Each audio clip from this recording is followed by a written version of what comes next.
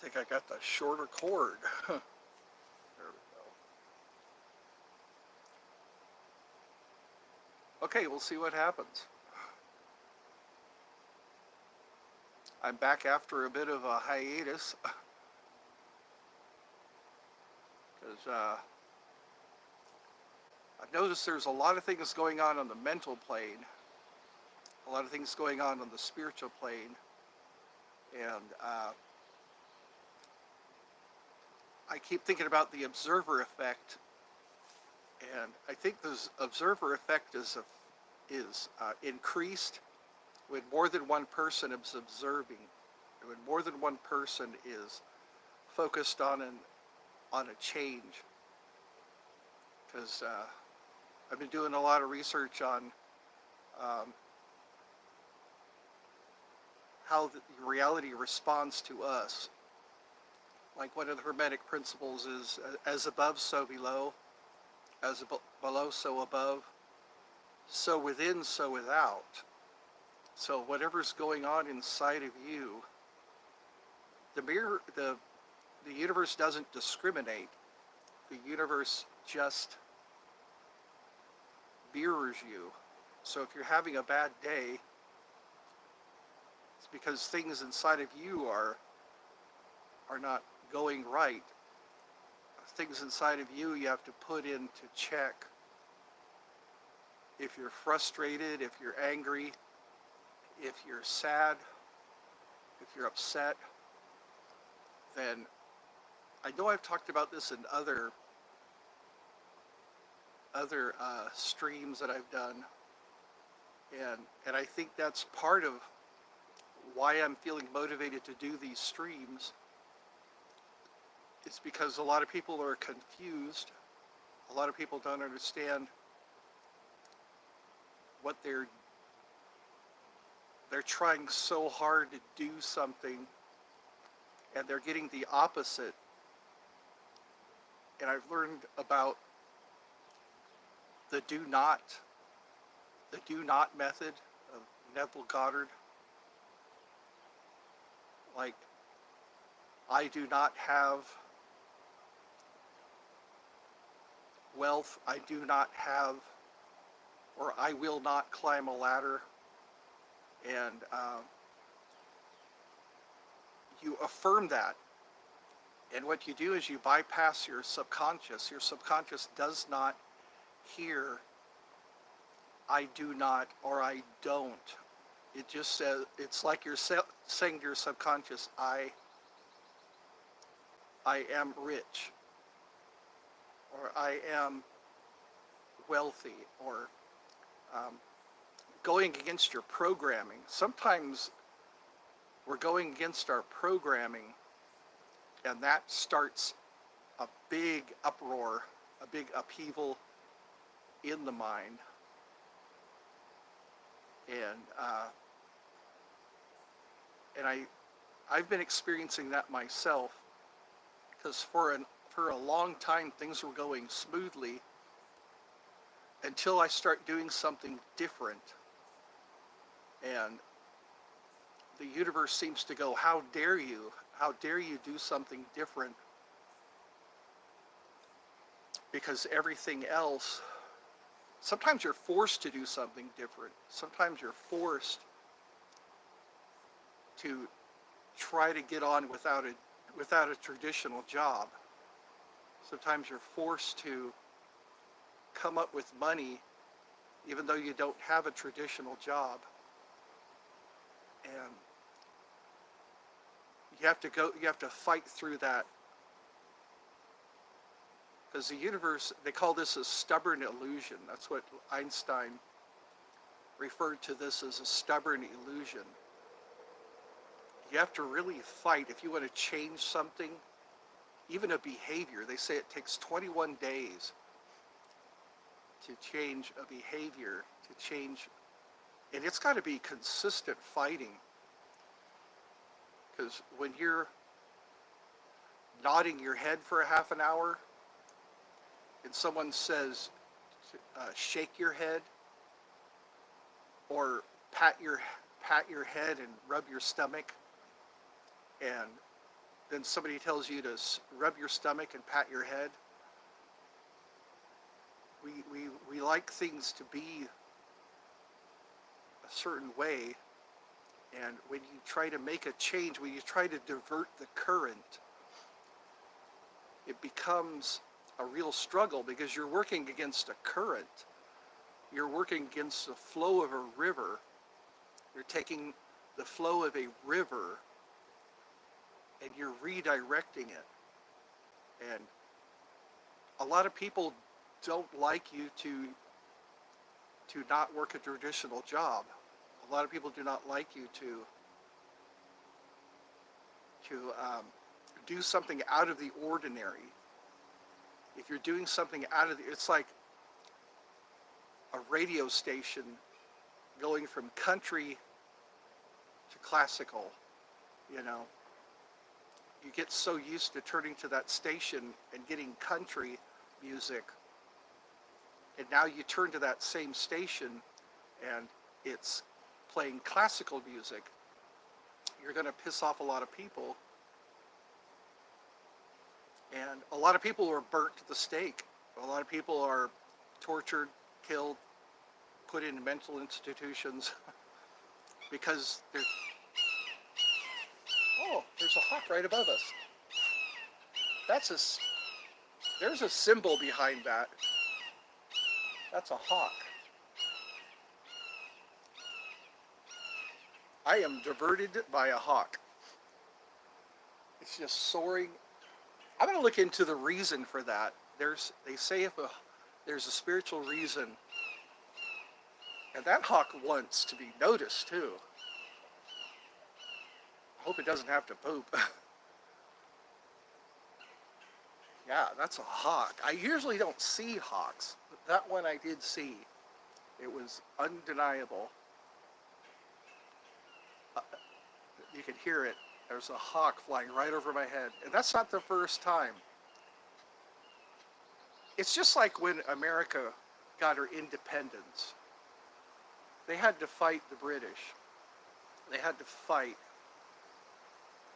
And it was a fight on their own soil, which is even more disturbing. When you see the enemy walking in your yard, when you see the enemy in your house. And I've had the enemy in my house physically, not just spiritually, but physically. And it takes an exorcist, it takes some exorcism to get that person out of your house so that your house can be the way it was and then stabilized again and then go back to growing again. And I guess my eyes are being opened to the spirit. I'm starting to notice things about my awareness is being shifted to spiritual things. I think people need to stop saying alternate universe. They need to better understand it. They need to say alternative universe. Because a lot of times we're experiencing the alternative, and not every law applies to every alternative or alternate universe, because I was living in the law of showing up to work. I was living in the law of being confident that my cause was going to yield an effect. And I've noticed and a lot of that's happening lately. A lot of awareness of alternate universes is happening. And I hear about it on the podcasts. I hear about it in shorts. I hear about it all the time. These alternate universe experiences. People go into an alternate universe, and it's about time, timelines. Because there are places that used to exist that don't exist anymore. And you'd be hard pressed to try to prove that uh, that a place existed at a certain time if it's not there anymore. And I believe that sometimes these alternative, they're not only alternate, but alternative. There's an alternative to the universe you thought you were in, because I'm feeling a shift. I'm feeling um, like I'm being cared for, but only not in the way I expected. I feel like I'm being cared for a lot directly by people who have seemingly very little to give. They're altering their lives in ways to help me, and because I've been asking for help, you know, um, through prayer, through just talking, and a lot of times I think that we need to go with the flow even more now, because now we're becoming aware of alternate universes. We're becoming aware of alternative universes where the laws in one universe do not apply. You know, I was so comforted and dependent upon a job, and now I think this is that space, that gap. I'm going through a gap in space time, in my paradigm, in my space time, my timeline, and it's really a challenge, because when you're rowing forward but going backward, you have to realize that you're in a different paradigm. You're in a different, um, you have a different set of laws, because correspondence is just that. You have to, if you're afraid, the universe is only going to bring you to your doorstep, into your house, what you're afraid of. And if you are scared, or if you are worried, you're only going to see what worries you. I've noticed that when I'm looking at my car, I see another scratch on my car, or I see, the thing is that these old habits that no longer serve us, and be still and know that I am God, you know. And I think there's a hidden message in that, because all these videos that I'm seeing, all these shorts that I'm seeing, it's all kind of like a over and over confirmation that you are the cause of how your reality is going. If you are not the cause, then you can't be accountable. If someone walks over and squirts you in the face with a water pistol, you can't be accountable for that, because it's someone else doing it. But if you're squirting yourself in the face with a water pistol, then you are accountable. It goes to that Buddha phrase: we will not be punished for our thoughts, we'll be punished by our thoughts. So if we take a step back and realize you're being punished for your thoughts, if you are thinking about something that hasn't even happened yet, if you're thinking about something, that's what scares a lot of people, I think, causes anxiety, because they are contemplating something that hasn't even happened yet. Like when you go to the doctor and you get a shot, or you get your blood drawn, you're already playing out in your head, you're bracing yourself for the prick of that needle and the blood being drawn out. So it seems more painful because they say that our brain registers a response before it even happens. So that's kind of us doing a preemptive creation. You know, like, oh my God, I don't have a job right now. Oh my God, I'm going to be homeless. Oh my God. But another day goes by and you're not homeless. Another day goes by, another year goes by and you're still not homeless. You're still laying in that same comfortable bed. You're still eating meals. And it's like that self-inflicted harm by our own mind, you know, and then little things start to manifest because there is a resistance. You know, in manifesting, I was learning a lot of techniques to bypass your lemon. Your lemon is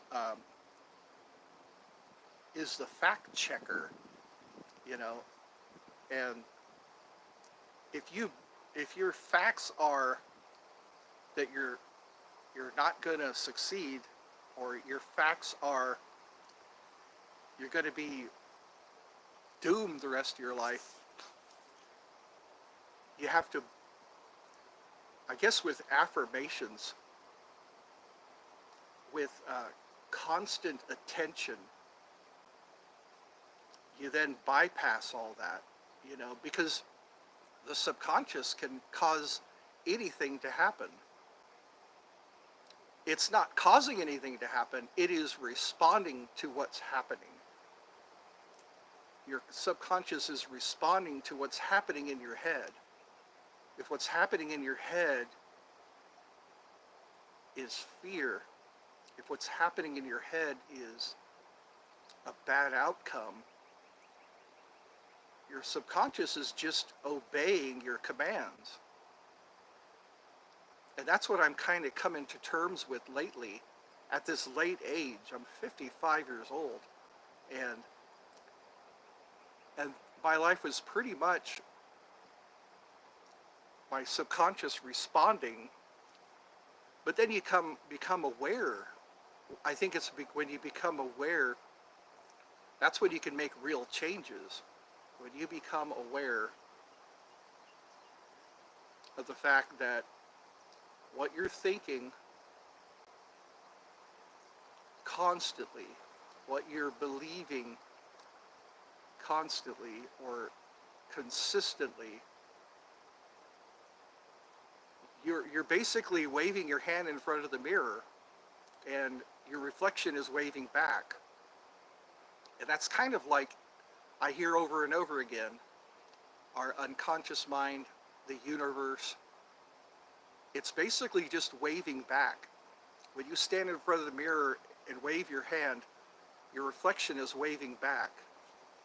So if you go through life with an angry mindset, angry or frustrated, the universe is basically dancing with you.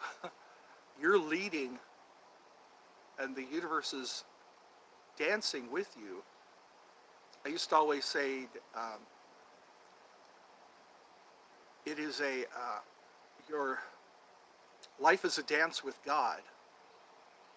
And then when you realize that you are the one who is stepping forward or stepping backward or leaning to one side or leaning to the other side, the universe is basically just copying you. So once you become aware of that, that's when you can begin this dance and know exactly what you're doing, because whatever we're speaking to ourselves, you know, whatever we're saying to ourselves is going to cause something to happen. Whatever you put after I am is very important. A lot of people walk around and they don't even realize they're doing it. They're saying, I'm tired. I'm tired. And your subconscious just says, okay, you're tired. Or, or we run scenarios out in our heads. And again, it's self-inflicted. Our suffering is self-inflicted. And if we could learn to be still and know that I am God. That kind of says it just by saying that. Be still and know that I am God. Because in the Golden Book of Saint Germain, he says that we are God in action. When we pick up our hand and move it, that's God in action. When we reach out to somebody to help them, that's God in action. When we punch somebody, or say something bad to somebody, we need to realize that we're having an effect. Cause and effect. The other Hermetic principle, cause and effect. And the all is mind. The universe is mental. So if you consider that, everything was a thought. Everything. The fact that I'm sitting in this chair right now was a thought. I had a thought of stretching out this chair and sitting in it, and here I am. It all began with a thought. Or the cookie I ate today, or the cookie I'm about to eat, the biscuit. For those of you in the UK, I had a thought of walking over to the cookie jar or the biscuit jar and taking out one and eating it. Or before I even picked up a phone to call my aunt to talk to her, I had a thought of doing that. And I actually visualized it, because you got to get that mental image in your head of picking up that phone, hitting the number, and calling. And the all is in all. That's the Kabbalion. The all is in all.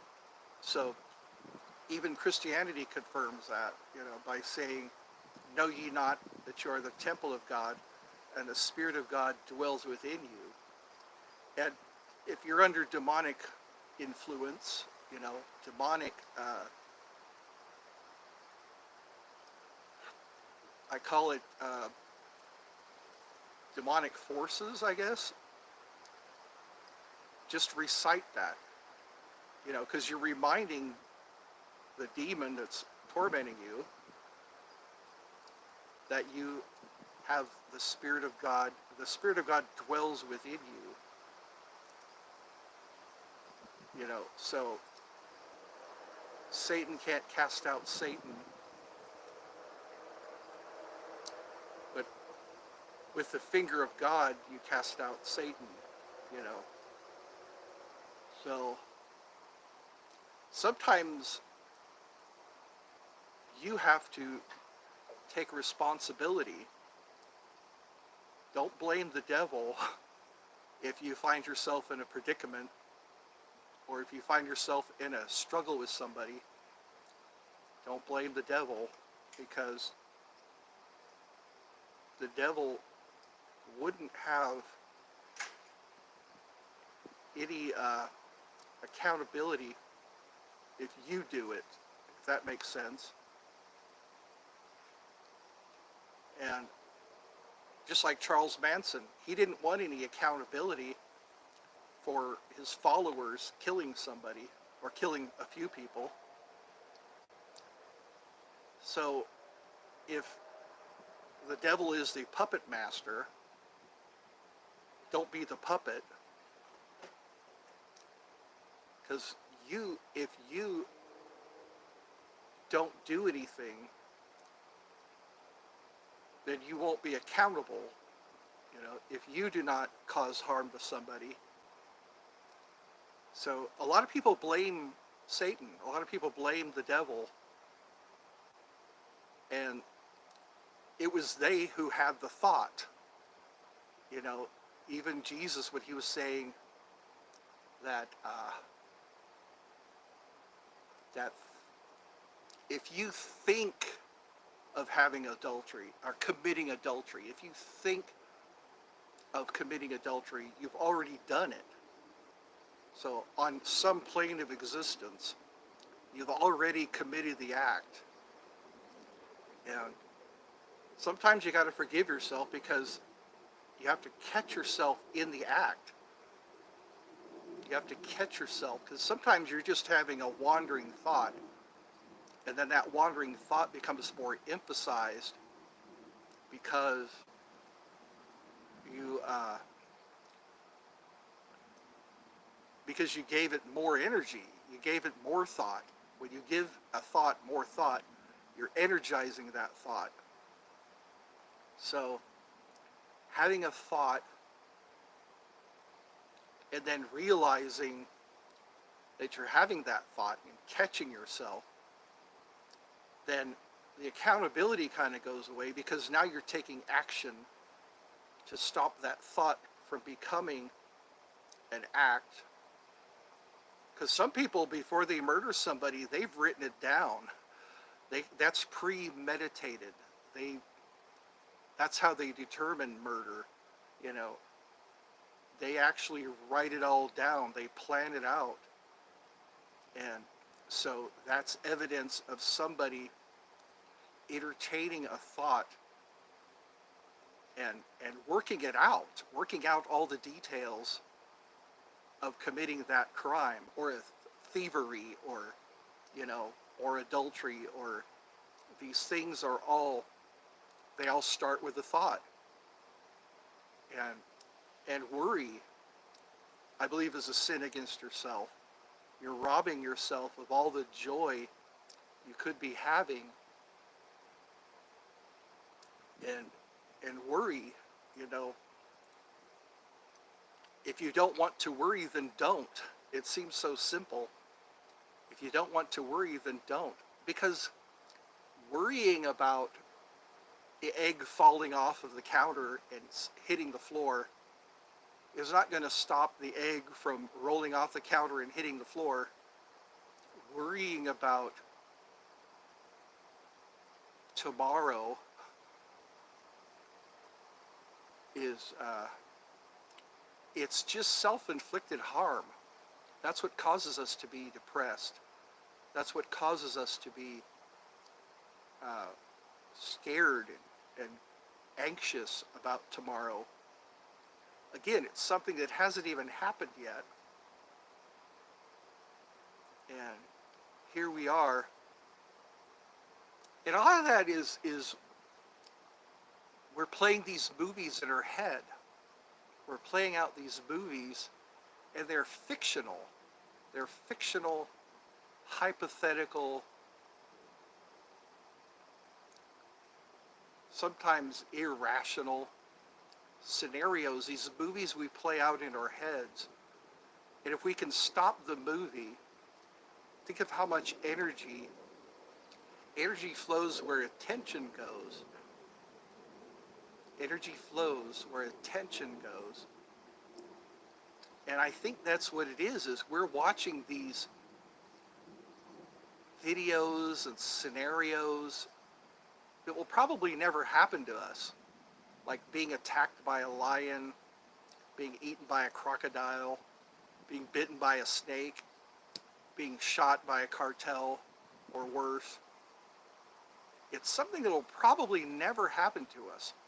Watching a building collapse, watching a building on fire, we would probably never have that happen to us. But it's all mind movies, So once we're aware of our mind movies, we can stop the suffering. We can really stop the suffering. And I think I got a like and somebody's watching. And I think, anyway, if they decide to type something in, they will. And this is all just preventative maintenance, therapy, because we got to reprogram ourselves. We're programmed before anything happens. We're already programmed to think that we're going to get audited. We're already programmed to think that a crime will be committed against us. And it seems like, see, the subconscious doesn't discriminate. The subconscious does not discriminate. It just plays it out, you know. If you're watching a movie, if you're having a dream, if someone is telling you a story, you're feeling those feelings. Like Zen masters, athletes, it has that effect on their body. You know, if they visualize themselves working out, their sympathetic nervous system acts as though they're really working out. Or a Zen master with his bow and arrow visualizes, works out the scenario of shooting that arrow and hitting the bullseye. You know, I'm wondering if I think that's what's happening is the chat feature's down. The chat feature might be down because I've seen some ones go up there. And I think these things might help people.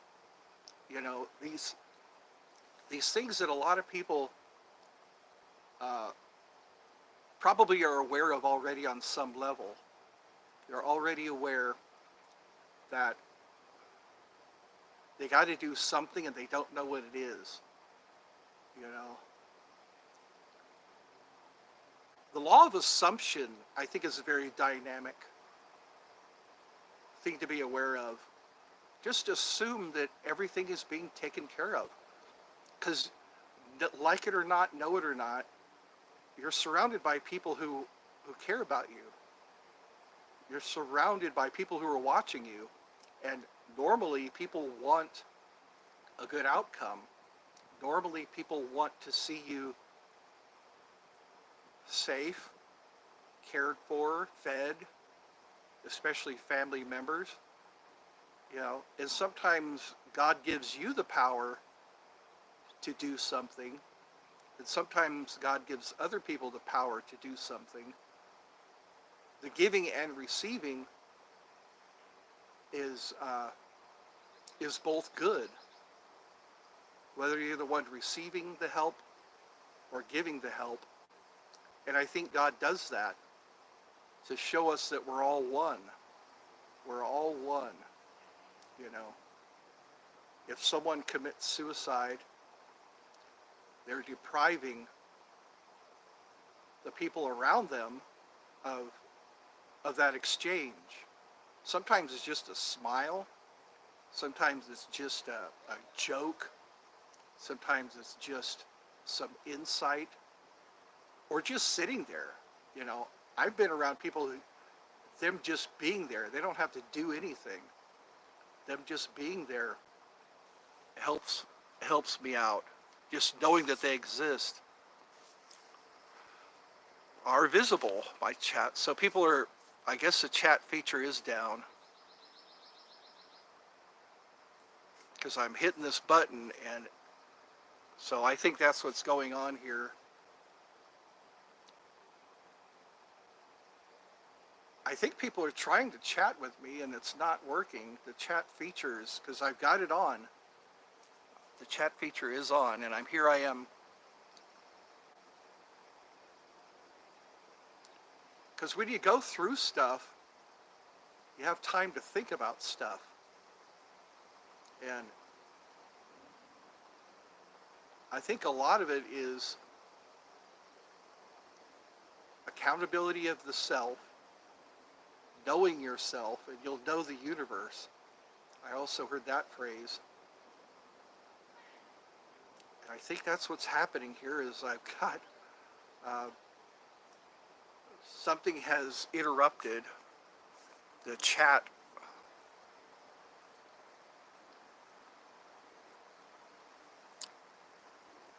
Such as potential spam. No, this is on. It's on, but I think it's just not working because people are coming on and then they're bumping off again.